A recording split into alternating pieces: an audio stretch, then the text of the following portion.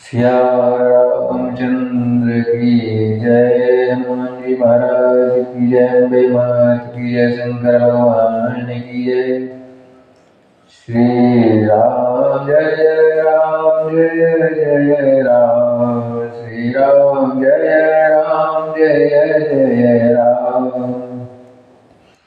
इस प्रकार श्री राम सीता जी लक्ष्मण जी के साथ सुमंत्र जंगल में रथ पर बैठा कर ले गए और अब भगवान राम को मना रहे हैं, लेकिन राजा दशरथ के कहने पर भगवान राम न तो घर को लौट रहे हैं न जा रहे हैं, क्योंकि अगर लौटता हूँ तो मेरे वचन झूठे हो जाएंगे। इसलिए सुमंत्र की बार बार विनती करने पर भगवान राम ने कहा, लेकिन सुमंत्र अब समाज की बात कर रहे हैं कि वीरों में अग्रम धनुष और बाण तरकस में धारण किए हुए मेरे प्राणनाथ में आए मेरे देवर, मुझे न रास्ते की थकावट है। सीता जी ऐसी बात कर रही हैं सुमंत्र से और कह रहे हैं कि मेरे मन में कुछ भी दुख नहीं है, इस प्रकार भूलकर भी कुछ न करें। सुमंत्र सीता जी की शीतलवाणी सुनकर ऐसे व्याकुल हो गए, मनो सांप मणि भी जाने पर कुछ नहीं समझता है। प्राणनाथ प्रिय देवर साथा, वीर धुरीन धरे अनुधाता।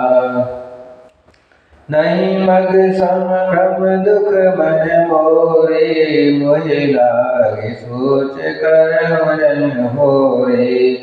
सुने सुमंत्र सिय शीतल वाणी, भयो विकल जन फन मन हानि। नैन सूझ नहीं सुनई न काना, कह न सके कछुअति अकुलाना।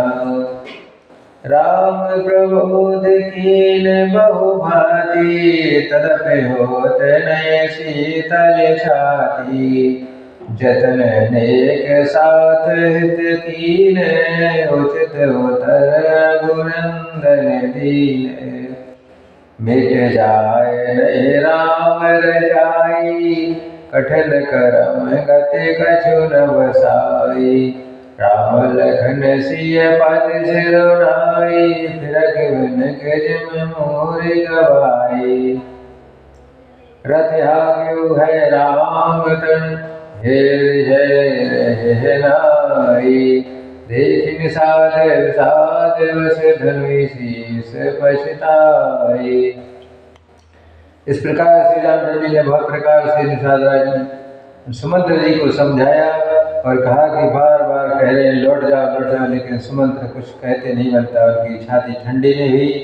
सब चलने के लिए मंत्री ने अनेकों प्रयत्न किए, लेकिन रघुनंदन श्री राम ने सब लोगों को समझा दिया और राम जी की आज्ञा मेटी नहीं जा सकती। इस प्रकार कर्म की गति कठिन है, उस पर कुछ भी बस नहीं चलता। श्री राम लक्ष्मण और सीता जी के चरणों में सिर नवाकर सुमंत्र इस तरह लौटे जैसे कोई व्यापारी पूंजी गवा कर लुट गया हो।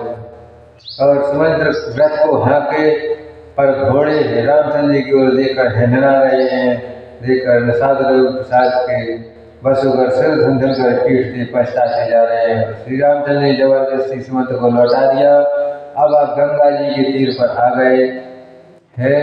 तब भगवान राम कहते हैं, श्री रामचंद्र जी ने केवट से नाव मांगी पर केवट नाव लाता नहीं है और कहने लगा, मैंने तुम्हारा मन सब जान लिया। इस प्रकार तुम्हारे चरणों की धूलि से सुना है मैंने कि एक स्त्री नारी बन गई और मनुष्य बना लेते, इसलिए मेरी जो काठ नाव लकड़ी की नाव काठ है, अगर वो ऐसी आपके बिना धोए चरणों से काठ की स्त्री बन जाएगी तो मेरे पूरी परिवार का रोजगार पालन कैसे चलेगा? मैं क्या करूँगी? मेरी पत्नी को बच्चों को कौन खिलाने पिलाने की व्यवस्था करेगा? इस प्रकार केवट भगवान से यही विनती करता है, मांगी नाव न केवट आना, कहे तुम्हारे मरमो मैं जाना।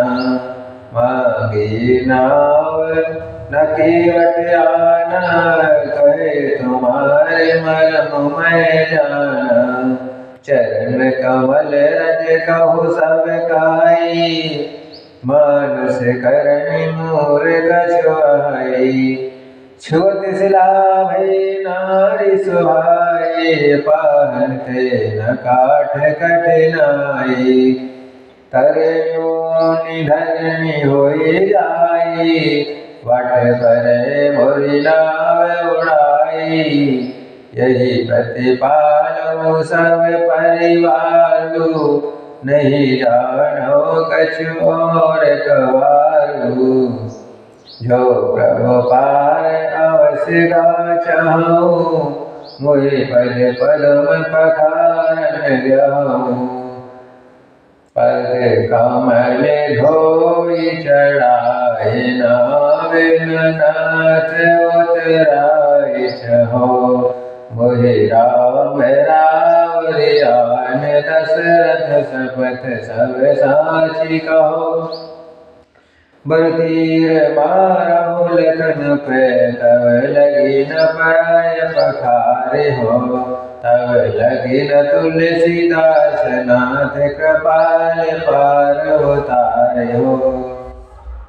इस प्रकार केवट के वचन सुनकर भगवान राम सोच रहे हैं, सुनी केवट के बैन प्रेम लपेटे अटपटे।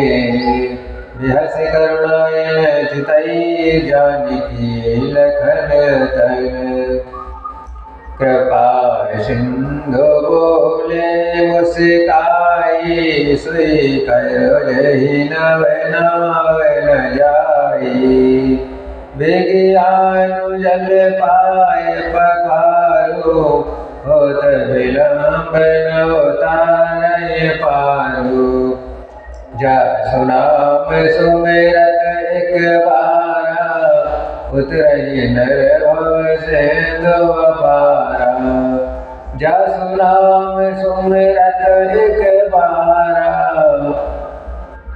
उतरहि नर भव सिंधु अपारा।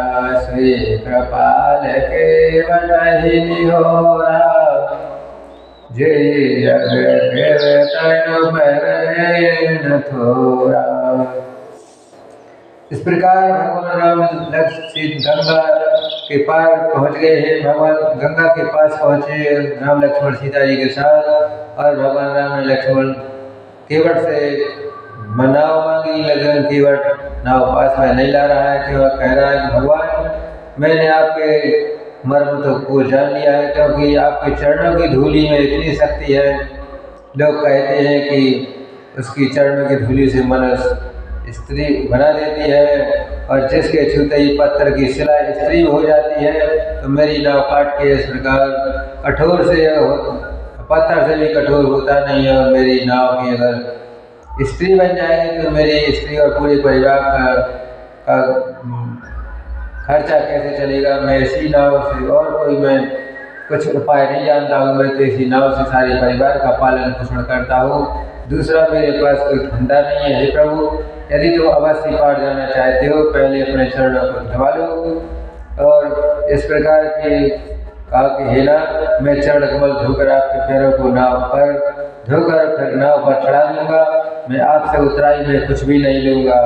इस प्रकार कहें, हे राम, मुझे आपकी दुहाई है, दशरथ जी की सौगंध है, मैं सब सच कहता हूँ। लक्ष्मण भले ही मुझे तीर मार दें, लेकिन जब तक मैं पैरों को पखार कर नहीं धोऊंगा, तब तक आपको नाथ में नहीं बैठाऊंगा। इस प्रकार केवट बड़ी विनती कर रहा है।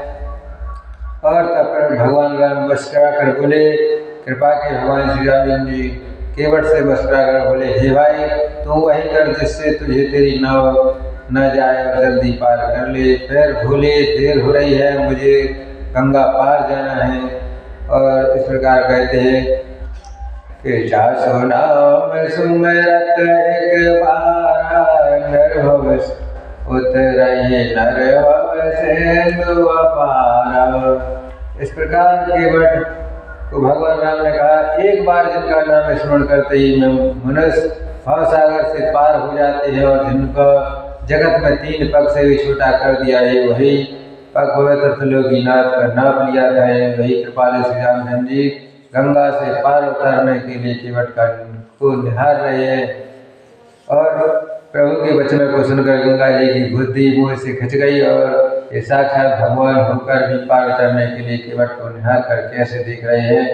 इस प्रकार कह रहे हैं, देवरती गंगा जी की समझ में आ गई और भी कई भगवान नर लीला कर रहे हैं, जिससे उनका वो नष्ट हो गया। इनके चरणों का स्पर्श करके प्राप्त में धन्य हो जाऊंगी। इस प्रकार केवट श्री रामचंद्र की आज्ञा पाकर कठौती में पानी भर लाया और अब चरण धोने के लिए तैयार हो गया।